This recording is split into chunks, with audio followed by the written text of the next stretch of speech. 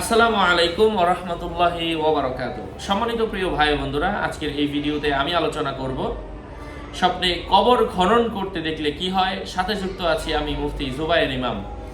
আলোচনা বুঝতে সাথেই থাকবেন। যারা এখনো চ্যানেলটি সাবস্ক্রাইব করেননি, সাবস্ক্রাইব করতে ভুলবেন না। ভেরিফাই চ্যানেলের ডেসক্রিপশন বক্সে ক্লিক করলে পেজ এবং আইডি আসবে। এটা ছাড়া আলাদা অন্য কোনো পেজ নেই, আইডি নেই, ইমো নেই, হোয়াটসঅ্যাপ নেই, টিকটক নেই। নাম ছবি দেখে বিভ্রান্ত হওয়া যাবে না। প্রত্যেক ভিডিওতে আলাদা আমি সাবধান করি, সতর্ক করি।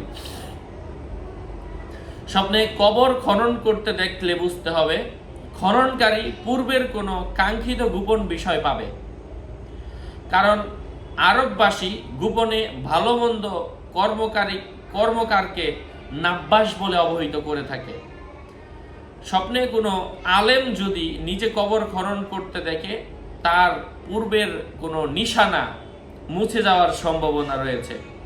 অর্থাৎ আলেম যেই ভালো কাজ করেছে সেগুলো মানুষ হয়তো মনে করবে না, এমন কিছু বোঝায়।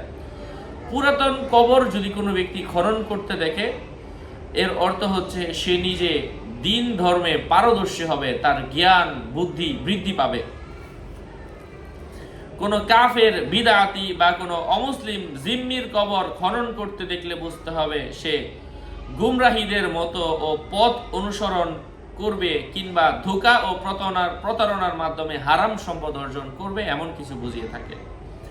কবর খনন করে দুর্গন্ধযুক্ত পচা মাটি কিংবা অনেক চুল নিতে দেখা স্বপ্নদ্রষ্টার সুদৃঢ় ও শক্তিশালী হওয়ার আলামত। কোনো কাঙ্ক্ষিত অন্যায় কাজে জড়িত হওয়ার প্রতি দুঃসাহসীর অর্থ বহন করে।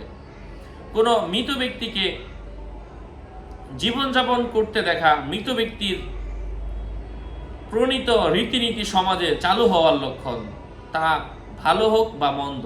কিংবা বিশেষ করে স্বপ্নদ্রষ্টা যদি মৃতের পরিবারভুক্ত হয় তাহলে অন্য ব্যাখ্যা। আশা করছি বুঝতে পেরেছেন। এই বিষয়গুলো নিয়ে আর অনেক ব্যাখ্যা রয়েছে আমার চ্যানেলে, আপনারা দেখবেন, উপকৃত হতে পারবেন। সকলের মঙ্গল কামনা করে এখানে শেষ করছি।